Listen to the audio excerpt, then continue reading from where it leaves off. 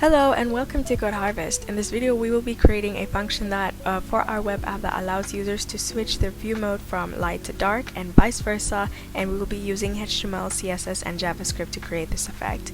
Now everything will be explained step by step, and the code we will be writing is simple and easy to understand. So now stay tuned by subscribing to Code Harvest, and now let's get started. Alright, so now this is the page in which we will be incorporating the switch mode function, and this is basically a video call application. And if you want to know how we created this application, this web application, you can check out the link in the description down below. And so right now we are going to be including the switch mode function in our web page, where we will be able to switch from, where the user will be able to switch from light mode to dark mode and dark mode back to light mode. So now we are going to head over to our coding application, and we'll be using VS Code.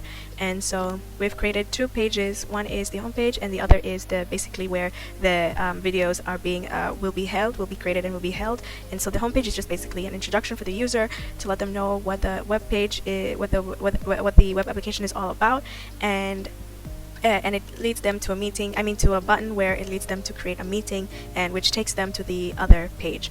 And right now, if we check our style sheet, you can see that many of our elements are selected by using an ID called homepage. So that's because we're using one style sheet to style these two pages, and because we don't want to confuse the two pages, the elements of these two pages, we have used an ID. We've assigned the page's body with an ID, so that whatever element that we want to select from the home page, or from the index page, we select it with the homepage ID. Whatever element we want to select with the other page, which is the WebUI Kids page, we select it with an ID called meeting page. So you can see everything under here is from the home page, and this is just to create less confusion and collision, whereas for the other page we're selecting all the elements by using this ID called meeting page. So now with that aside, we can start creating the button. We're first going to include, basically we're going to position, and we're going to decide where the button will be positioned. We're also going to decide what image or what SVG we're going to be using, and we're also going to be creating the function as well. So now at the end of all of our code, right here just before the body, the end of the body, we're going to be creating a button, since the button will be positioned at the bottom right corner of the page. And so we are going to, instead of creating the button element, we first want to create a container, and this container will basically decide where the button will be positioned, and then inside we can create our button. So we're going to assign this container, this div, to a class called switch mode container. So this will basically define the position of the button, and then we can create our button. And this button will basically we will use this when we want to listen for an event listener, basically with JavaScript. And so now inside our button we want to include two SVGs, and one of them will be active, one of them will not be active always. So if it's light mode, then for example for the light mode we're using a bulb icon. So and for dark mode we're using a moon icon basically. So if it's light mode, if the user is currently viewing the light mode, then that means the dark mode, the moon icon will be hidden or will not be displayed completely. So we just want to include, and vice versa for dark mode. So we just want to include these SVGs first, and this web page called SVG repo is a good one to get free SVGs. So we are going to search for a bulb icon, and we can choose any that we want, and I believe this one is a good one for the type of web page that we have.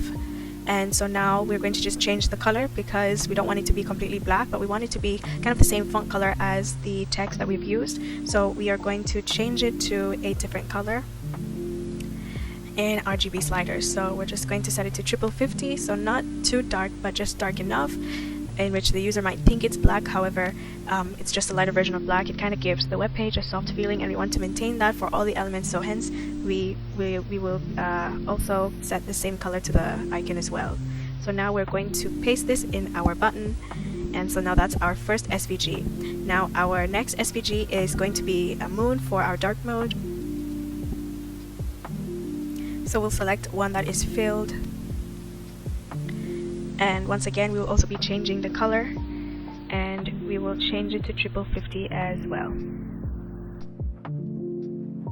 Alright, so now that should be done, and so now we are going to be working on the CSS properties of this button, so that we will be able to see, we will be able to position it to the bottom right corner basically. So now we know that the icon or the container that we named it is switch mode container, so we'll be selecting the button using this class called switch mode container. So now we're just gonna scroll over to the bottom, as it is the latest element that we are including. So now we will be selecting the container itself, and we'll be able to basically determine where the button is going to be positioned, where the SVGs are going to be positioned. So in order to change it to our liking and change it to a position where we want this button or this icon to stay even when the user is scrolling down. So for example, this page is limited in height. However, let's say it's a very long web page, and we basically want our icon to be available all the time when the user is scrolling down, just like our navigation bar would. And basically this helps to, in case the user just wants to switch it up in the middle of the web page, they don't have to scroll up to find the icon like at the top here. So it doesn't have to be fixed. I mean, it doesn't have to be it doesn't have to stay at this particular position of the web page.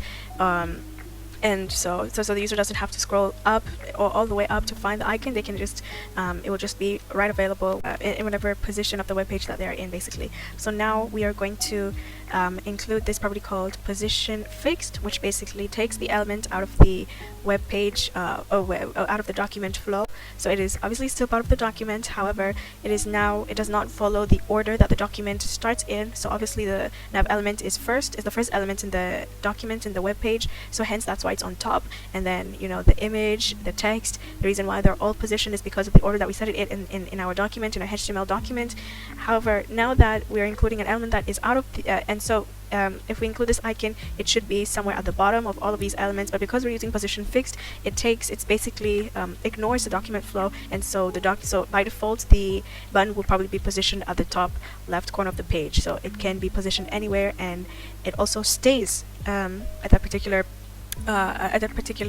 part of this screen. Alright, so now we will be working on the position of the button. So we will first set the bottom value, and because we are using this element, this property position fixed, the element is no longer following the document flow, so it's no longer strictly following, it will no longer strictly be at the bottom of all of these elements where it would have been set to, since it's at the bottom of all these elements in the HTML document. We can set it wherever we want to. So for example, it could be at the top, and we could set it at the middle of the page, and right now it's not visible because the width and height properties have not been set. So we'll just use this border property in order to, we also haven't designed the buttons yet, so we're going to set the width and height to 50 pixels, and yeah, so now you can see that it is sort of in the middle of the page, and so we can set it anywhere we want to. However, for all the other elements that do not have position fixed or do not have position relative or any of that, they are restricted because they're part of the document flow. This one's not in the document flow, so we can set it anywhere that we want to, and that's what we want. We want this flexibility so that when the user is scrolling down, once again, the user is able to switch from light mode to dark mode without having to scroll up to this particular position in the web page. So now we're going to set the bottom property, and basically the higher the value, the further away the element will be from the property, basically what the property name suggests, which is bottom. So if we set it to, for example, 100%, the element will basically be at the top, completely at the top. So right now it's not visible because it is above the document. So let's say we'll just set it at 90%. So you can see that it is completely at the top side of the web page. However, if we want it to be at the bottom, the value should be at the lowest value possible, which is 0. So we'll set it at 0, and then we also want it to be at the right corner. So we will select this property called right, and we'll set it at 0. Now we don't need this since we are going to be defining the button's properties, the button's designs with the other elements. However, now as you can see, the button is, you can see a little button there, basically just right here, but it's really tiny. If we set the width and height to a bigger value, you'll be able to see it more clearly, but right now it is completely at the bottom corner. So we don't want it to be completely at the edge squeezed, because it will look a little squeezed. So we'll just increase the value slightly by 2%, and we'll increase the right value to 1%. So now that should look much better. Now we'll be working on the button element, and basically the design should only come from the SVG, which is basically the image. So we don't want the button to be designed at all. We don't want to see the gray background. We don't want to see the border, the default border that we can see currently. We just want to see the image itself. So we're going to select the container it is in, which is the switch mode container, and then the button, the element that we want to select. And for this button, we want to remove the border, which is there by default. We want to set the background color to transparent, so it should be transparent to the web page color, which is white. And then we want to create a flexible layout just so that we can fit the SVGs to the center of the button. Alright, so now we will we want to position the icon to be completely at the center of the button, because the button might take the element towards the top or towards the left or towards the bottom by default. So you want to make sure that the button is basically centered horizontally and vertically by using this property called justify content center. Now we want to select the SVG finally, so we're going to select the container, the element we want to select, and this time we'll just set the width and height property to 30 pixels. So now we should be able to see our button very nice and clear, and that's the size that we want it to be. However, for light mode we only want this to be shown, and for dark mode we don't want this to be we want this to be seen basically. So we are going to head over to our index page, and basically we're going to assign these SVGs to a separate class. So for this one is the first one which we included, which is the bulb, and so this is for light mode, so we're going to assign this element to a class called light mode. Alright, so now for our next SVG, we want to assign this to a class called dark mode, as simple as that, so that we'll be able to assign one to block. If for example, if it's light mode, then this one should be displayed as block, and this one should be displayed as none, and then it should swap, and we can swap this with JavaScript later on. So now we're going to select the SVGs now once again, but we are going to select the SVGs separately. So for light mode, the SVG that has the light mode class, we want it to be shown as block by default, as the default view mode that the user should be able to see is light mode. And then for dark mode, if they want to switch it from light mode to dark mode, then we'll be able to use JavaScript to switch the values of display property. Alright, so now we are going to be working on the JavaScript aspect of our web page. So now we'll be including the switch mode function. Now we're going to be creating the switch mode function in, we're going to be including the source code in a different file, and we're not going to be including it in our HTML document. However, we will be just including the source, but we will be creating a separate file for this, and so we'll basically call this switch mode.js. So we want it to be in JavaScript language, hence the file extension name. And then we're going to create a script tag, and we're going to just include the source name, the file name, which is simply switchmode.js. Now we're going to create another script tag, and we're going to, for this section, for the JavaScript code that we're going to be including in this HTML document, we are going to be including just basically the selection of the button, which is down here in the switch mode container. So we're going to select that for later use, but now we want to first load everything in the document, so that when we ask the document to look for the button, it will be able to identify the button immediately, because so we need the document to load everything first, to take note of its structure, the document structure, basically the classes that the elements belong to, the IDs that the classes that the elements belong to, and all of that. So we are going to ask the document to listen for an event, and then we're going to specify that it's when the document has finished loading. So only when the document has finished loading, then the following function should be executed. So right now we want to we're first going to declare, and we're going to create a variable called button switcher, and we're basically going to store in the selection of the button, which is in this HTML document. And so now we're going to ask the document to basically look for a particular element. So we're going to use query selector, and then we're going to specify the element that we wanted to look for, which is the button. And because there are so many buttons here, we're going to select it with the container class that it is in, which is switch mode container. And because it is a class, we're going to select it just like CSS, with a dot, and then the name of the class, or the name of the container, and then the name of the element that we want to select. So it's the same selection, the way we selected in CSS, the way we selected here as well. Now, so this will return the button and the elements that are inside. So now we want basically the document to listen for a click. So if the user clicks on the button, then the function that we're going to be including in this file should be executed.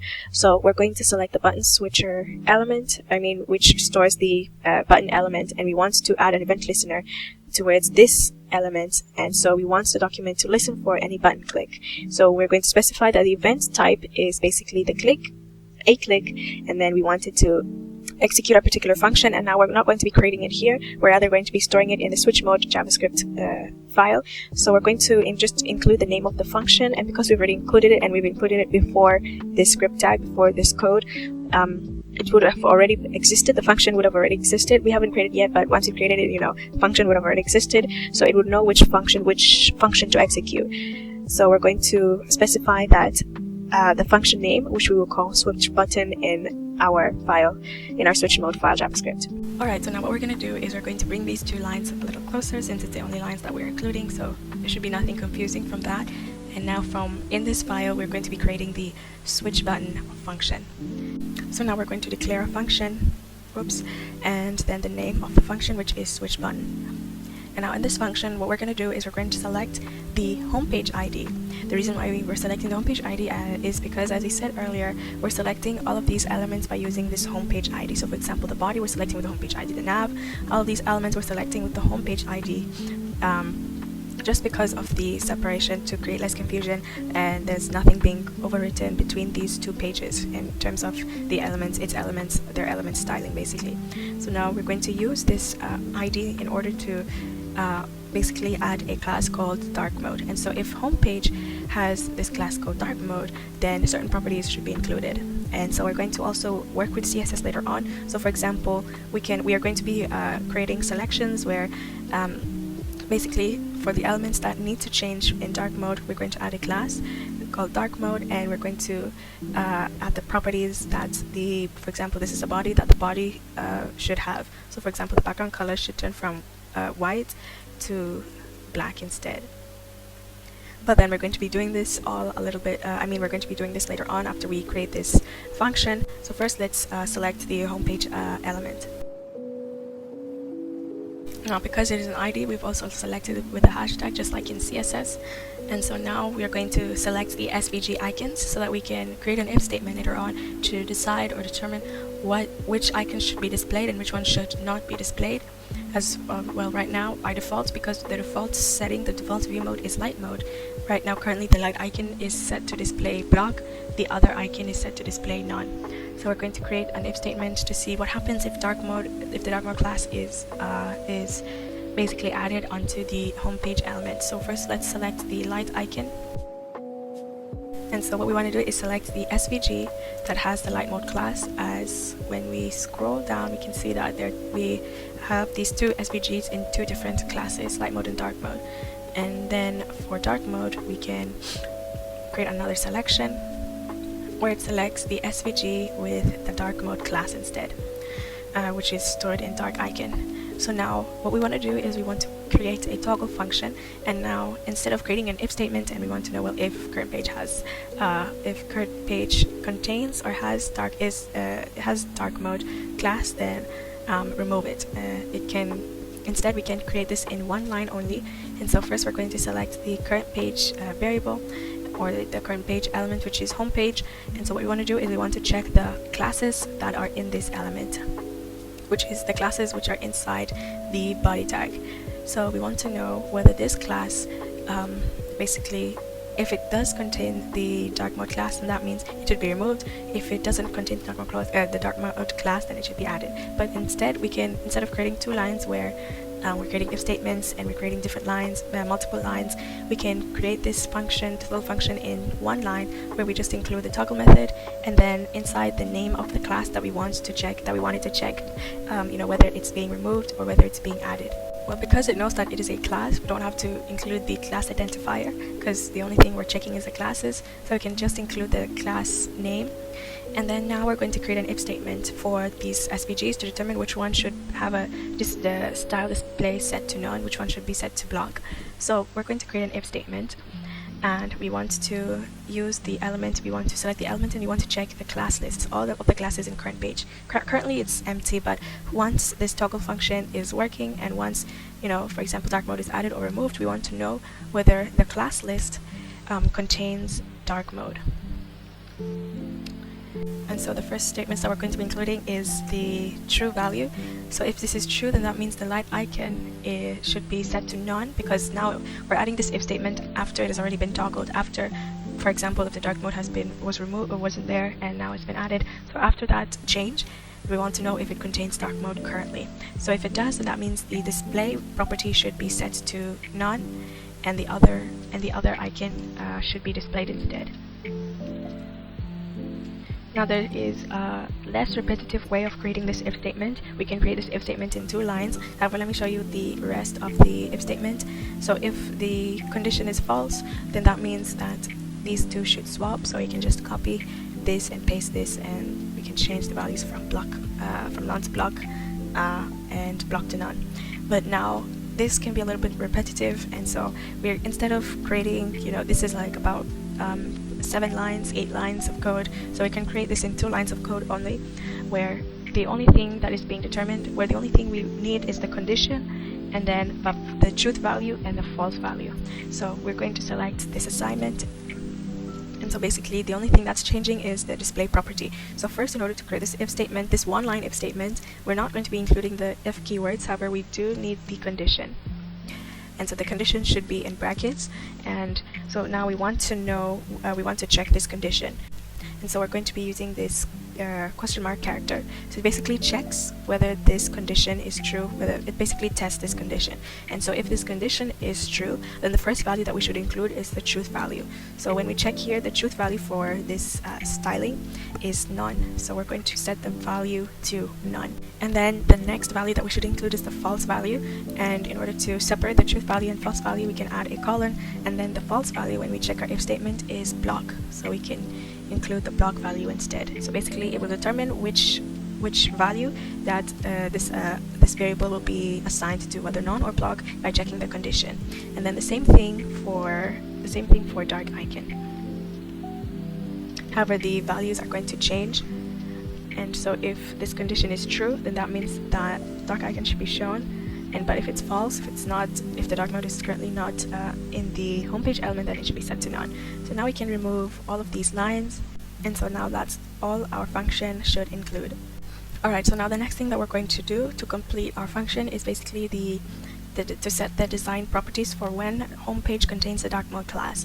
And right now, obviously, when we toggle, we can see that our SVG icons only change from light mode to dark mode, but nothing is changing, and so we're going to be working on our CSS, on the CSS properties. So now we're going to determine first which elements should change when the homepage contains the dark mode class. And so if homepage contains the dark mode class, then we want the body to change to white to a dark color. So we're first going to work on the body element. And so we want the background color to change to a white color to a darker color, and we're going to select this color shade, which is not completely black, where I feel like it won't look soft. The web page won't look as soft and modern as we want our web page to be.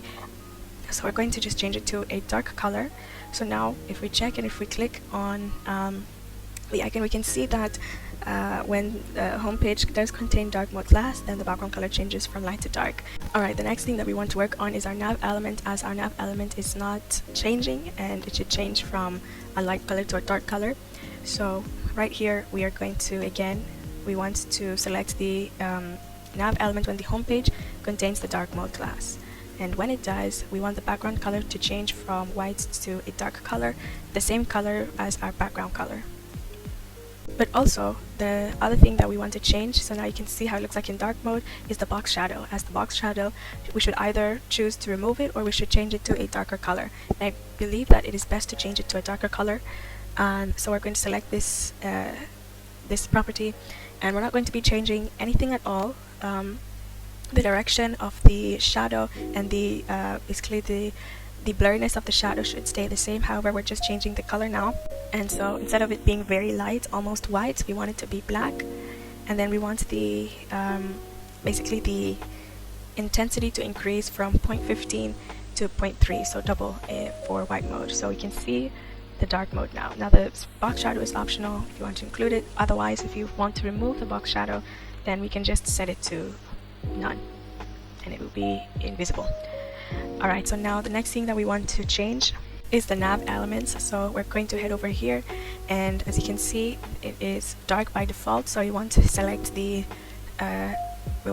properties for when the nav element is light. Has the dark mode class. So when it does have the dark mode class, then we want the color to change from dark to white simply. So now when we check, we can see that our nav links changed from dark to light in dark mode. And now we're just going to continue for the other elements, for the other text. So when we scroll over to item 2, we can see that the color for all of the elements in item 2. So we're going to, once again, when the home page has the dark mode class, then that means we want all the items in item 2 which is basically everything in here, we want the color to change from dark to white instead. So now that should be changed by default. However, the span element, which we basically put a green shade, that should not change.